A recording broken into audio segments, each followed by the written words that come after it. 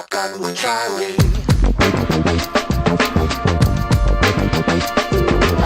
Riding shotgun refers to the practice of sitting next to the driver in a moving vehicle. The term riding shotgun came around after the time of the stagecoach, when somebody used to sit next to the driver holding a shotgun, in case they ran into bandits. My name is Charlie Cook, and I drive a lot.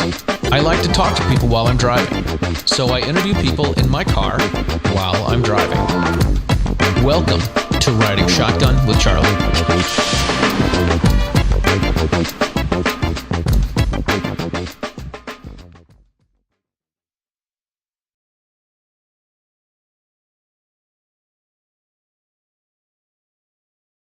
All right, ladies and gentlemen, welcome to this episode of Riding Shotgun with Charlie. Today I have with me Rob Morse. Rob, thank you for being on. It's a pleasure. We've been working at it for a couple of years For now. a while. I was really hoping to interview in Louisiana, but that hasn't happened yet. We're still out of state. We're both on a road trip, which is cool. We met up at the nearest compromise, which is Florida. It's Florida, right? Midway between Massachusetts and Louisiana. Between here and nowhere. So, Rob Morse, you probably recognize his voice from the Polite Society podcast. By the way, $10 well spent to get advertising like that on Charlie, right? Right, totally. You might also recognize his voice from the self-defense gun stories. You won't recognize his writing, because we're talking, not writing like W-R-I-T, right. I-N-G. But you also write for the slow facts. And what's the phrase for slow facts? I love that. Fast opinions come and go. Here are the slow facts. I mean, even before Twitter, the internet was full of emotional opinion. Yes. And I just wanted to go, is that true? Say what? That can't be. I know it's on the internet. It can't be true. Right. Right. Abe Lincoln said, don't believe everything you read on the net. He tweeted that. Yeah, he tweeted that. Tweeted that. I followed him, actually. Did you see this? Totally not gun related. I saw this recently.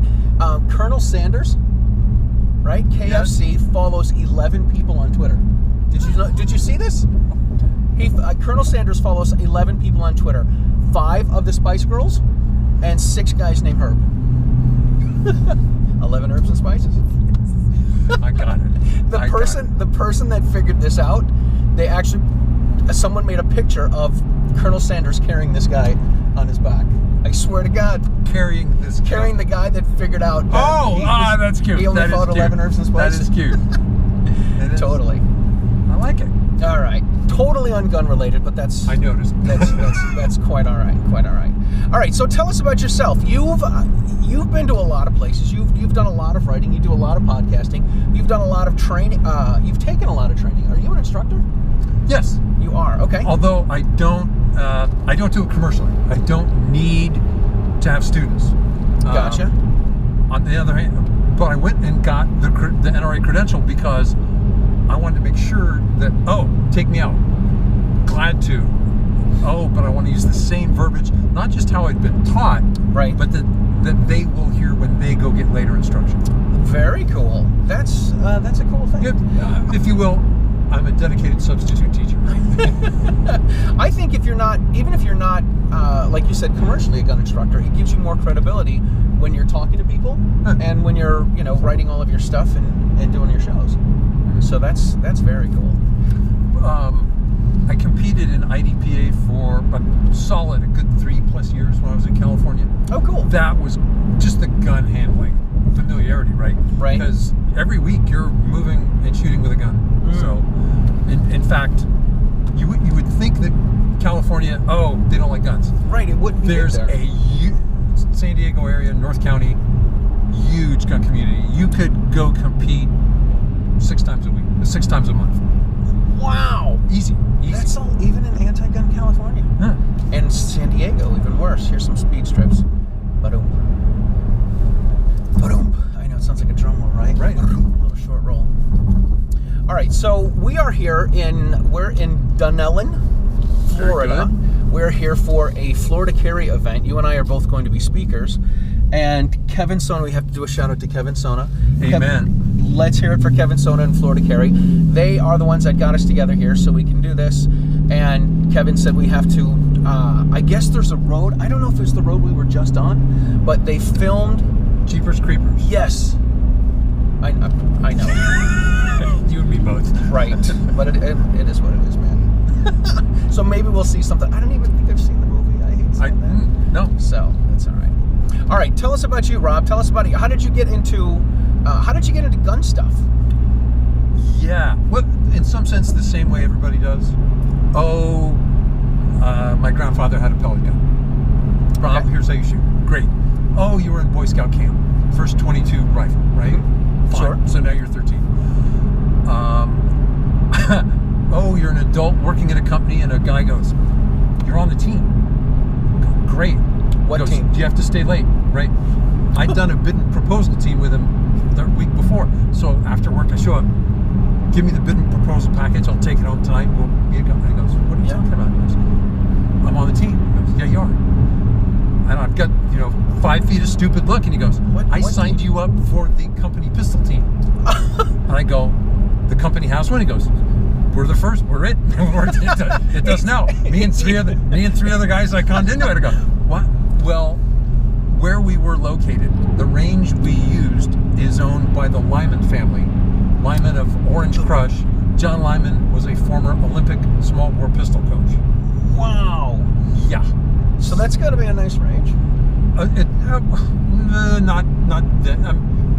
That wasn't the Olympic range. Okay. That was just their family range. Just the family range. Well, Just the family because range. when you're making firearms equipment, Right. but just tons of human capital, like do it like this, not like that. Ah. So my introduction to small bore pistol shooting was a high standard with a 7.5 inch. Oh my gosh. Barrel, Like one-handed, one on the wrist, Oh yeah. or hand on the hip. Right. But on the other hand, if you can't hit a quarter over and over, stop pressing, because that's the name of the Wow. game. At 75 feet. So, Wow. which then the kids came, the guns all went away. My wife gets threatened. That target pistol is about the least useful self-defense tool you can imagine. Right. Right? Maybe a 2-pound trigger, maybe less. Right. Certainly not drop safe. But a friend of a friend was the chaplain for the police department in San Diego and the county sheriff's. The chaplain is also a former SWAT cop. Oh my. So he Double can duty. whisper, and the cops go, "Okay, you've got the stripes, you've been there." Right. And he says, "Rob, you should get a gun to protect your family." And I'm all, Yeah. Good call. great theory. What do I do now? Right. And he goes, "I'm taking some guys from church off for some firearms instruction." He didn't lead it. He dragged people off to front sight. Whoa. Which is just bulk training. They put 20,000 people through that site a year. Right. But that was doesn't every church do that? So No. that's, no? No. Huh. No. No. Okay. See? Not every church. This is why I should go to church. Maybe to You- find that maybe church. you should find that. They're in Escondido, California. I recommend it. Well, okay. It's a long way to go. New on life. Sundays. Yeah. This is a long way from Massachusetts. It's a long way. So my experience has been that the firearms community is that welcoming. Absolutely. And you know that if you walk up to a competition and you can fog a mirror, you look attentive. Oh no, I know. Yeah, we're Looking for a waiting red for the light. They will go, "Do you want to shoot?" And you go, "I didn't bring gear." And they go, that "Well, doesn't matter. okay, we can cop it, right?" Right? Somebody's got a gun and extra ammo. And you're in. And eyes and ears, yeah. Okay, just here, attach yourself to his belt buckle and see what it's like, because That's cool. that's what That's way cool. it really is. I tell women that take the gun class with me that if they want to, my dating advice is what I call it. My dating advice is for a woman to get her gun license, buy a gun, join a shooting range, because every guy that she meets has passed 2 background checks. That's right. And I said, yeah, and a great way to strike up a conversation with a stranger at the shooting range is to be like, instead of just going over and say, "Hey, can I shoot your gun?" You say, "Hey, listen, I saw one of those in a magazine. Where did you get that? What do you think of this?" And it's totally an icebreaker to get yourself a new friend, which will eventually tell you how much they paid and how much it cost and what they like and what they don't like and the reviews that they read. and then they'll hand it to you and say, do you want to try it? To which the answer On is their ammo. yes, of course. Better yet. Absolutely. So It's not as good as free drinks, but it's almost. see, sometimes you got to take them out for a drink afterwards, Right. but that's okay. That's all right. So that's how you got into it, and you've been with the church. The church people didn't take you out. No, the church people did take you out. I'm so confused. Okay. The work people. The work. The work people. So you're right. I ran into firearms at work. And then through a religious affiliation. gotcha. Only when I moved to Louisiana years later, 3 years ago, was I able to finally open carry and concealed carry, because you can't, not in California. Right. So, and the way I explain it is, we just ran east from California. It drove us out when I had Texas between me and the West Coast. Finally felt safe. That's when it felt safe. That's awesome. That's awesome. But a few years before I'd done that, the Second Amendment Foundation puts on the Gun Rights Policy Conference. Right. I went to Orlando Cool. the first time, 6-7 years ago. So you were still in they've been back. California? Yes, in Southern California. And wow, look at their gun people. They're reasonable. They're fascinating, just knowledgeable, amazing. And I meet this guy, Paul Lathrop. Mm-hmm. And I'm just writing little things about on my little nothing blog, but I'd already been through the experience of trying to climb the steps to gun ownership and finding that step was missing in the ladder in California, Gotcha. which is kind of you won't forget that experience. Mm-hmm. And California was going through a particular moment of gun craziness, and Paul goes, Rob, would you like to come on the Polite Society podcast? Then it was called Politics and Guns. Right. And talk about California craziness. Oh, great, because Sure. I'd just written about it in my blog, Slow Facts. And we did that a couple times, and he goes, you want to be on a regular basis? I go, every time California does crazy? He goes, no, Tuesday. No. Oh, like that regular. Like Okay. like every week regular. Really? Yeah. So that worked out. That That's was cool. fascinating. Did you do the Slow Facts? Is it all gun stuff? No. It's not all gun stuff, because you said you were doing this before the Polite Society. Yep. How long have you been doing that? Ooh, 7 or 8 years? 7 or 8 years. Okay. How did that start off? I think one of Besides, the Abe Lincoln thing. But like, you have to have something that says, hey, I want to, I have some writing skills. I want to start to write a blog. I'd found out that I could write, got interested in science fiction, had written a couple web articles on science fiction, and it was actually writing about the virtue of self-defense. I think was one of my first articles. It was Really? I think it was called 10 to 1 on Slow Facts. Wow. And I'm an engineer by training, and I get to bring that background, not just the calculating background, but the perspective on technology. Okay. I've worked on nuclear projects. I've worked on satellites that are never coming back. The last thing I was working on was phased array radar for defense contractors. Now I'm working on some oil field equipment. Wow. So, but there's this Fukushima Daiichi after the earthquake in Japan. And he went, okay, the world's going to end. We'll have Godzilla climbing out of the Sea of Japan because of the radiation. No, stop, breathe. That's a little crazy talk. Right, it's separating facts from the Walking Dead. Yeah. Separating facts from The Walking Dead. That's awesome. As you know, you're going to meet people here, and those will form contacts. Mm-hmm. Which is, if nothing else, that's one of the reasons you and I go. Of course, I'm yeah. just here to support Kevin, and another handshake.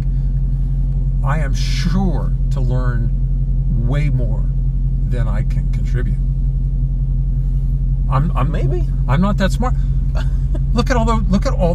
We're going to be around a bunch of people. If we listen, we're going to learn a ton. I agree. Right? We totally are. Okay. Which I bumped. One of the things that really influenced me was bumping into Joe Eaton and Jim Irvine, I think at a gun rights policy conference. They do the FASTER program.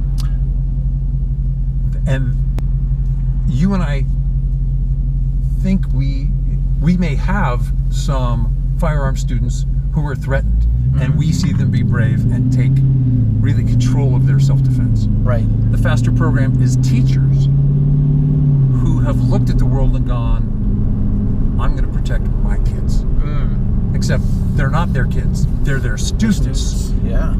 But these are the kids I see year after year, day after day. Right. I'm not going to let anything happen to them. Wouldn't it be better if they could go home and I could go home? They are inspiring. That's cool. And the crazy thing about them is they're like the inventory in the invisibility cloak factory. Every time they mint a newly trained defender in school, Mom's the word. they don't get to say this is what I was afraid of, this is what I saw, this is how it felt, but I do. Wow. I get to sometimes be their voice. It's a privilege. That's cool. It really, really is. That's cool. Tell us more about the FASTER stuff. Because you've done this, what? You've taken 3 classes? 3 classes. The beginning twice, 2 of the beginnings and 1 of the follow-on. They've done it for a year to 3 years. Okay. And now they come back and take some advanced techniques. And I've done it in both Ohio and Colorado, where the programs are robust. Wow. Now, to say that, you've done it there, but when you're in Ohio, there are people from the Midwest that will send teachers. You've done it in Colorado, and now you got people from Wyoming, the western states coming in. Right. Teacher. We call it teachers. Teachers actually only make up about 40% of the trainees. Really? Yeah, meaning, it could be a bus driver, it could be a custodian, it could be one of the administrators in the office, right? Right. So now, to be absolutely fair, the hard number is only 40% of them are in the classroom at any one time. So it could be a teacher on a study period. So. Gotcha. I think it's interesting because I've been a teacher for a long time, and I get to the point where I'm all for it. Like I was a teacher before I was a gun guy. I don't want, because this is what everyone thinks. Everyone thinks that if teachers are going to carry, everyone should do it, and they all should become gun crazy and whatever. There's plenty of teachers I've seen that I'm like, yeah, you know what? I don't want them having a gun. On the other hand, after we've had this noisy encounter, and now people are moaning, I want everybody involved. Really? I want everybody to know how to. You're leaking there. I want hands-on. See, this is something FASTER has that other programs don't have. Right. Is dealing with the trauma.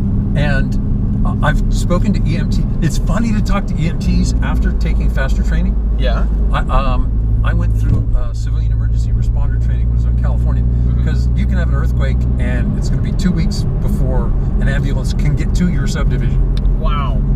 Help may be nearby, but you can't drive there from here because we've dropped a couple structures right in the way. And the guy goes, "It's interesting, as a fireman and EMT, you're spurting.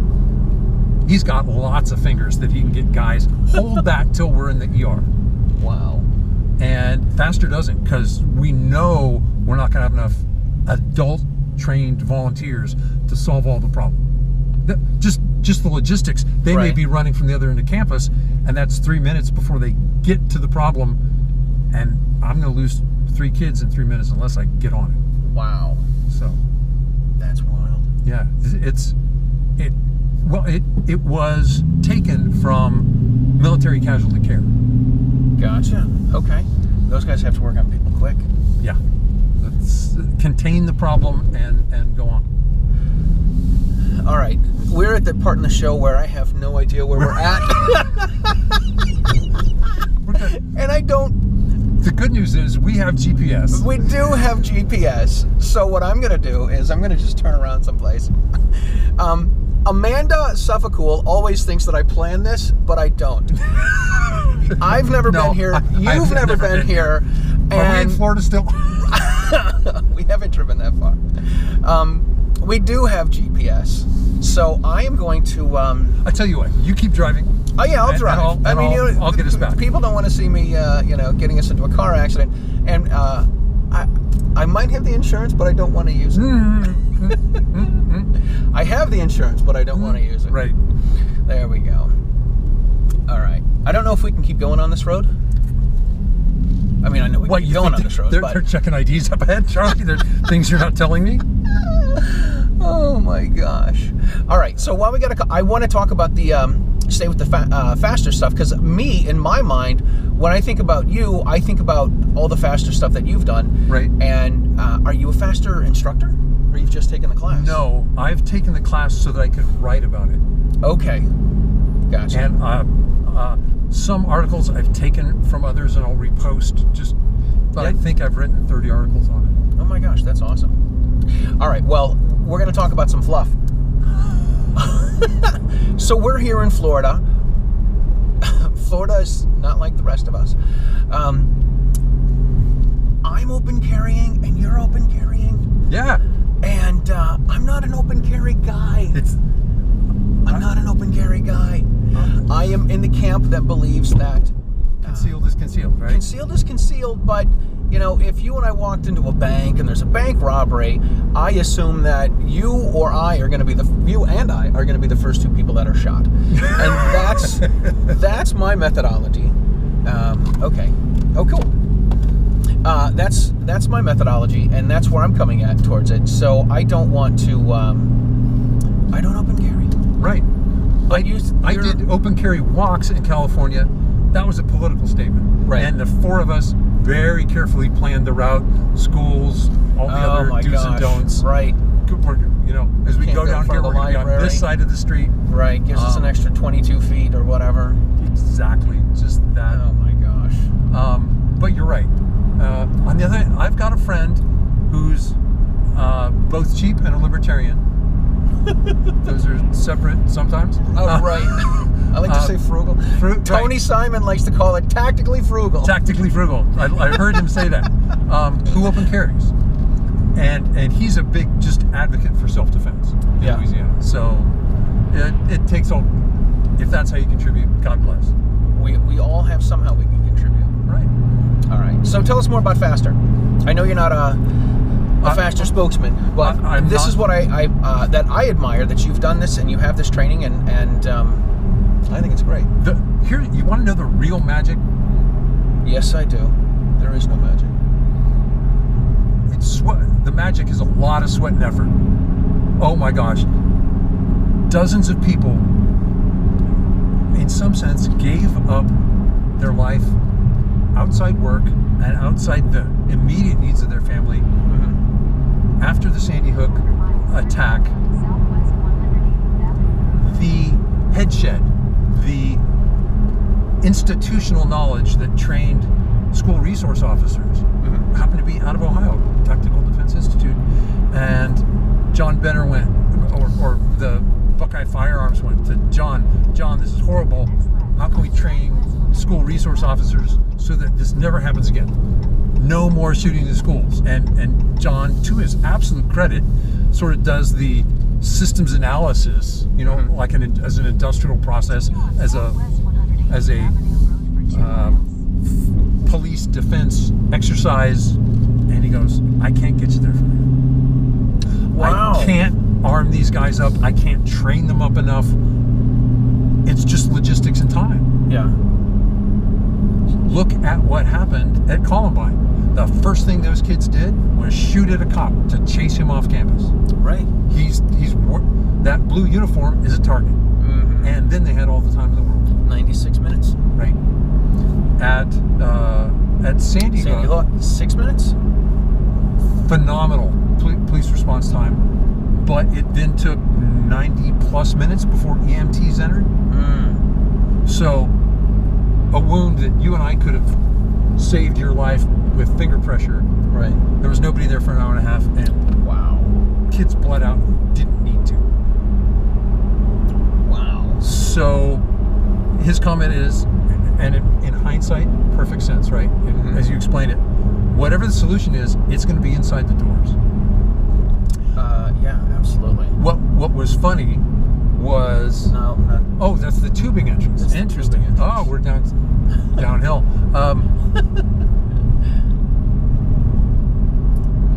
One of the school administrators said, "Gosh, I'm concerned about keeping the real first responders out of school, like EMTs and firemen."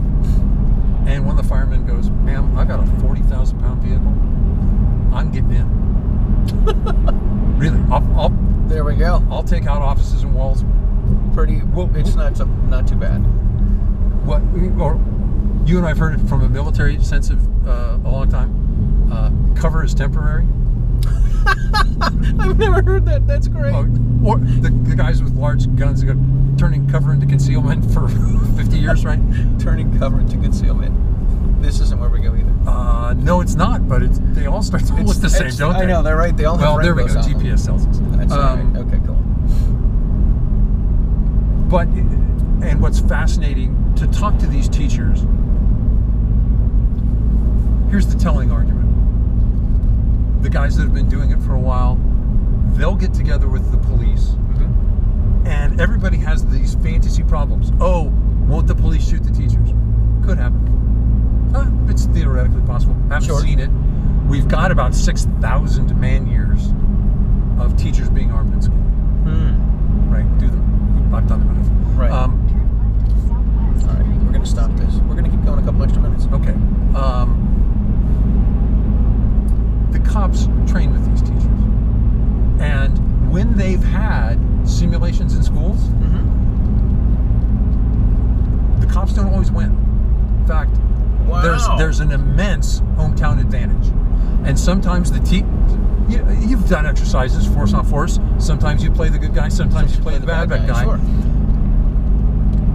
Man, when it's your backyard, right? You know where all the closets are. You know where all the sneaky corners are. Yeah. And that convinces everybody learns a lot. Everybody learns, and some of them learn. Hey, this is a choke point. I closed this door to the gym, and now I've split the school in half. I don't know where the problem is, but I've just saved half of it, and now we can go work to the other half. That's cool. Things like that. They really learn good. a lot. And one of the teachers had this attitude. No, perfection isn't an option. You're right.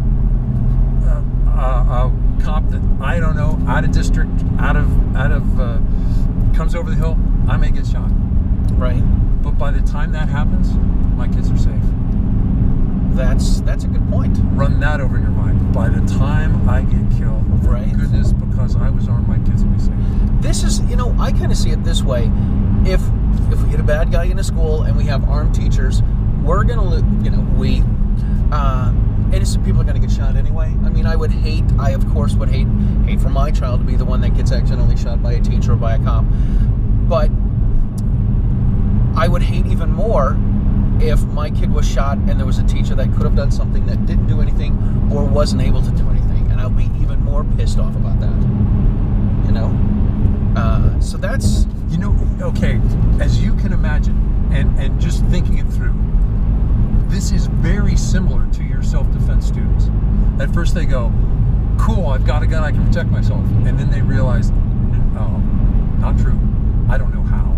Right. And then they go, "Wow, immense consequences. I don't know if I should." Mm-hmm. Isn't this interesting that teachers really mirror us? Oh, you're a teacher. Yeah, I guess you're just like us, only different job title. And they just walk themselves through it beautifully. I don't know if I can do this. I don't know if I should. I don't know if I'm the right person for this job, because they're so reticent about doing harm. And then you take them into the trauma care, and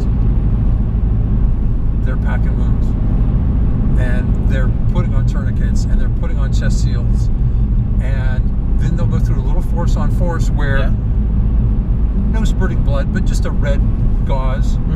And you walk in and people are yelling, and there are people laying with just red towels and sheets under them where, oh, it looks like they've been wounded. And your heart beats fast and you go, wow, this is hard. And it was amazing. teachers who could, if the kids were making noise, they'd shut it down in a heartbeat. What are you doing? Right.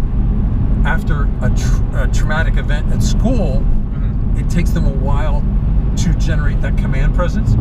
What rookie cops generate, their first week on the job. Right. Well, after about the fourth scenario, they've got it on board. They got it down. They got it. Oh, they got it down. Invaluable. And they go, All right. yeah, it has to be me. Yeah, this trauma training where Mrs. Smith in the front office, I need you to go get the med kit. Just all the sort of things. Ooh, it is a rental. It is a rental. That you see them put the pieces together. On the other hand, we were doing a scenario that was in a school. I now see all schools as giant simulators. I could go, is the back of your shirt wet? Because you don't understand, all schools look really like the same. We're going to go do a force-on-force with airsoft and moulage and blood and people yelling.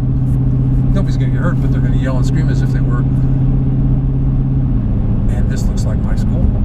Wow. That makes it pretty real. That's pretty cool. So, think, if we did that to an airline pilot, we'd pay a couple $1 million for that simulator training. We would. That's pretty wild. So they come out of it, and they come out of it not knowing all they know. I mean, because they're still putting it together. Right. But all of your self-defense students come out not knowing what they know. They haven't had a chance to integrate it, live with it.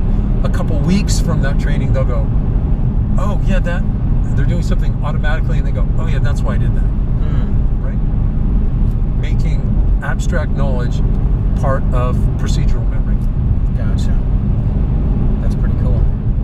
All right, we're almost back at the campsite, so we need to wrap things up. We do. You have a ton of stuff going on. While we were doing this, I realized that you're on with Bill Frady a bunch as well, on Right. top of everything else that you do. I got invited to comment on politics and guns on Bill Frady's Lock and Load radio program. Syndicated radio program. I'm on the first hour, unless things go sideways. So. Wow, I didn't realize how fragile live radio is, right? It's like, they have to run a rerun because the satellite's down. Or, it stops. So that's pretty wild. But it is fun. And at first I'd come, you come to a comedy skit, or you're Toastmasters. You show up with 30 minutes of material for a 10-minute talk, and all of a sudden you go, not doing that. Right, this is out. I think I can put this in. All right, how can people find all of you, or not all of you, but whichever they want. Why not find all of you? It's more than enough, let's face it. How can people find your stuff? Writing at Slow Facts. Yep. Polite Society Podcast. Self-Defense Gun Stories. I think we're there. And that's it. And you're on Bill Frady. Bill Frady, Lock and Load Radio. Gotcha. First hour of the week. Tell me real quick, because we have 2 minutes maybe Okay. 2 minutes. How self-defense gun stories? I like it because it's quick and it's short. You've added a fourth story rather than 3 stories. Our listeners asked for it. Yeah. That's cool. Okay.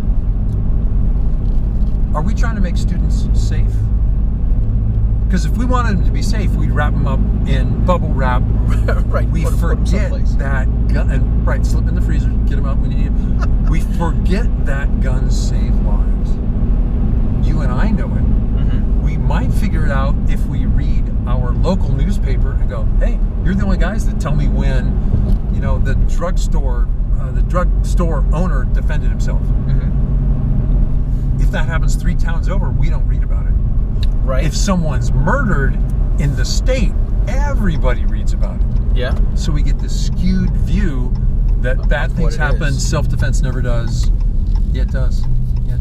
And I get to not only, I had an instructor, we were talking about a self-defense event, and he went, oh, yeah, he was lucky.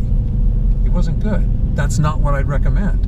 Right. Oh, wow. Okay, so not everything that succeeds is necessarily best practice. So we take real life examples and go, Charlie, what would you tell your students to do? and I've got 8 different instructors. They bring little different points of view, and they're all fascinating people. By spreading it out, they only have to give up an hour every 2 months, you know. It's a small commitment. It's a manageable commitment. Right. And, they're busy. We'll get you. We'll get the other one. Get you next week. So Very cool. Awesome. Rob, thank you so much. I'm glad we finally had a chance to do this. I'm glad we'll do it in another 2 years if we start planning now. I know. When's the next event Kevin has? Right. Next year, we hope. Next year, yes. He's going to have another event next year. I think he said once we speak, we have an open invite to come back. Okay, so he great. better be careful what he wishes for. It's so and you're right. We have to give Kevin a shout out because he took a lot of initiative to get this started. He really did. He really did. This is the second one that he's doing, and he's had a lot. I mean, he's got you, and he's got me, and then he has some other great people as well that are going to be Rick speaking. Decker, Marcus Weldon, and some other people that I'm not familiar with. I get to hear them. I think it's going to be great. Raquel, I can't say her name right. Okay. She's going to be speaking, great. And of course, Masada Youm is. That's right. Also Massad's going down. to be Yeah, here. we're in his backstage lawn. We are. Yeah, I hope that's not his car. That cop car there. All right. I wonder where we're going to park. But I don't know. We'll sign off. Totally. Thank you guys very much. Rob Morse, thank you so much for being on. Glad we're friends. Thank you very much. And check out Rob Morse. I'm going to put all of his links. If there's enough space, I will add links for all your stuff. Thanks, Charlie. Thank you very much, Rob. We'll see you guys next time. Please check out the Self-Defense Radio Network at sdrn.us. I always screw that up. This is what I always screw up. Oh my God! All of your pro freedom podcasts in the same place. That's what it is. There you go. I always say pro gun, but it's not pro gun. It's Pro freedom. And so there's a lot of great stuff on there. Your stuff is on there. My stuff is on there. Polite Society. I can't read upside down. Oh yeah, the Polite Society podcast is on there. As a musician, you can read backwards and forwards, but not words. upside down. All right. Well, listen, you guys have been great. Thank you so much. Please like and share and send this to everybody, and we will talk to you guys soon. Thanks a lot, Rob.